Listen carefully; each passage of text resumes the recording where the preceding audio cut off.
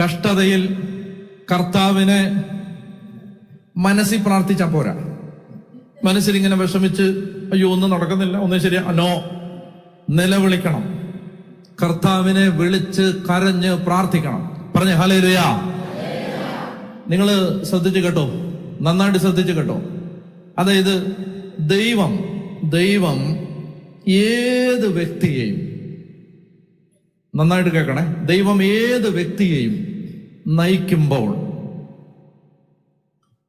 ആ വ്യക്തിയിൽ 3 കാര്യങ്ങൾ ഉണ്ടാവുന്നത് വരെ ആ വ്യക്തിയിലെ പരീക്ഷണങ്ങൾ തുടർന്നുകൊണ്ടിരിക്കും. ഇതൊരു വലിയ വെളിപാടാണ് കേട്ടോ.